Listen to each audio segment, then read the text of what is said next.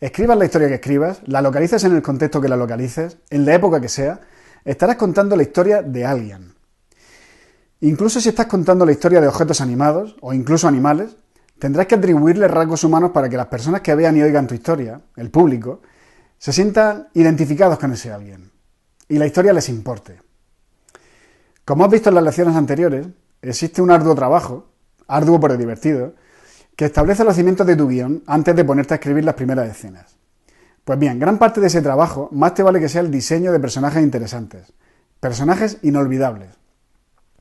Fíjate si es importante esta fase, que buenos personajes pueden salvar historias con una trama mediocre.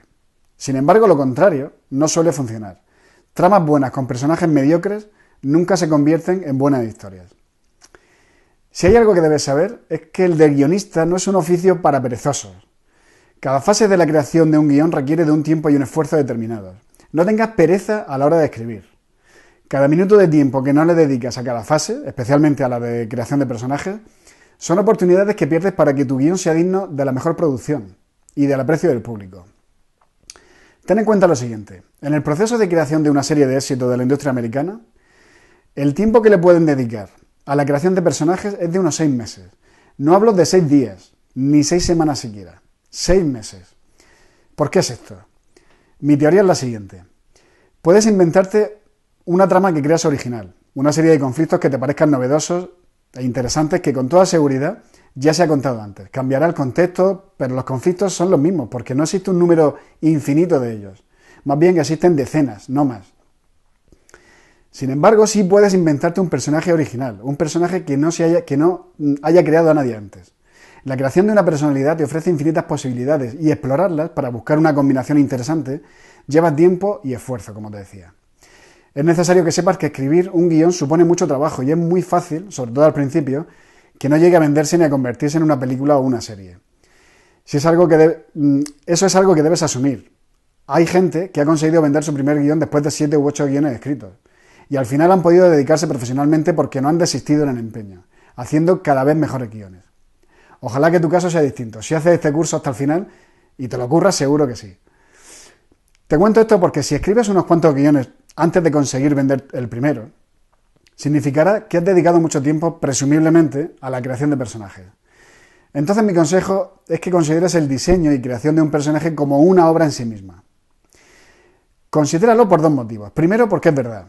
Es una obra, una creación casi con vida propia. Segundo, porque el personaje creado para una historia, si es muy bueno, puede servirte para otra obra. Y si es muy bueno, puede servir para crear una obra a partir de ese personaje. Eso es lo que se llama un spin-off, la creación de una obra a partir de un personaje de mucha calidad perteneciente a una obra anterior. Ejemplos de spin-off son Frasier, personaje proveniente de Cheers, o, en España, Aida, personaje proveniente de 7 vidas. Bien, pues lo primero que debes saber cuando comienzas a diseñar un personaje es algo muy básico, pero que se olvida con mucha facilidad. Igual que no existen 2 personas iguales, no deben existir 2 personajes iguales. No hay 2 personas que hablen igual, con el mismo tono, eligiendo las mismas palabras. No hay 2 personas que anden igual, o mucho más, que tengan la misma experiencia en la vida. Pues esta obviedad es algo que no siempre se tiene en cuenta y existe especialmente en los escritores noveles una tendencia a escribir personajes estereotipados, sin casi ningún rasgo que los diferencie del resto.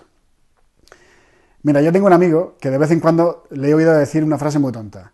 Yo no pertenezco a la masa gris, refiriéndose al resto de personas que hacen y dicen lo mismo, y que juntos forman no un grupo de seres distintos, sino una manada.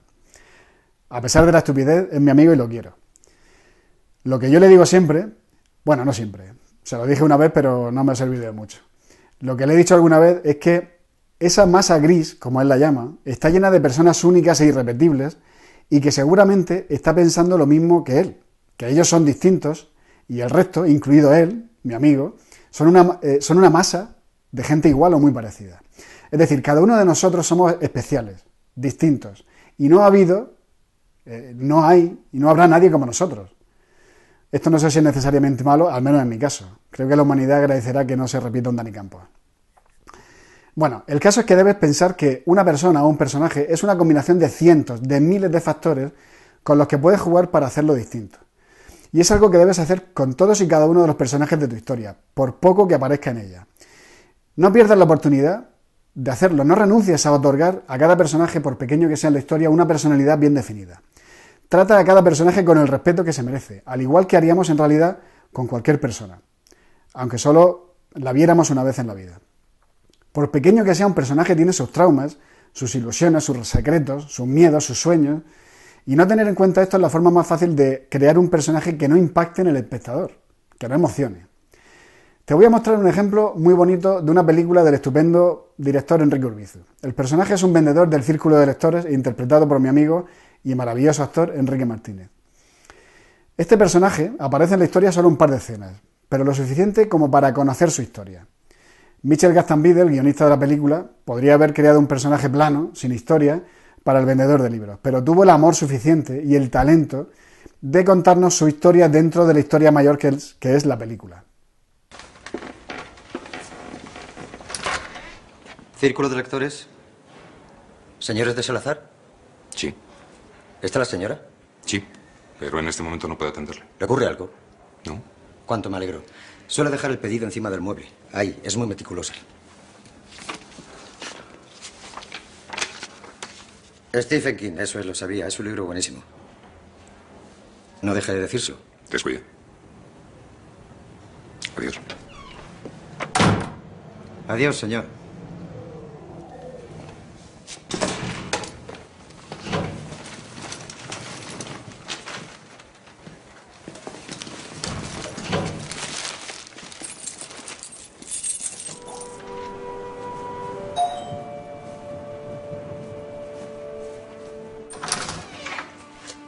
Círculo de lectores.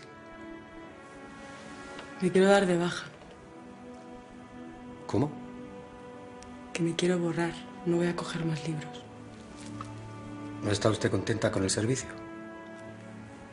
No, no es eso, es que no puedo coger más libros. Es por el dinero. No se preocupe. Puede usted pagarme cuando quiera, de poco en poco. Yo lo puedo hacer pasar. Ya verá cómo las cosas se arreglan muy pronto. No, es usted muy amable, pero no voy a coger más libros, gracias.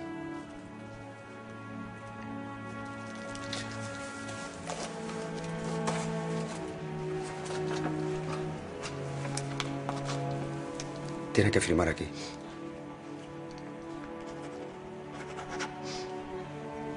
No se preocupe, yo pondré sus datos. Adiós. Adiós. Como ves, un personaje pequeño que tiene su historia propia, la de una persona enamorada a quien le cortan el acceso a la persona que ama. Es alguien que quiere algo y encuentra obstáculos para conseguirlo. ¿Lo ves? Una oportunidad aprovechada para enriquecer la historia que se está contando, la de la película en su conjunto.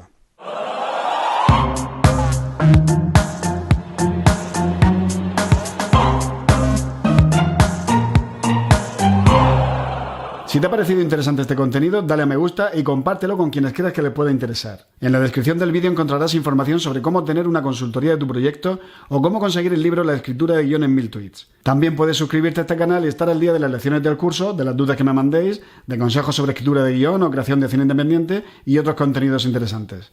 Gracias.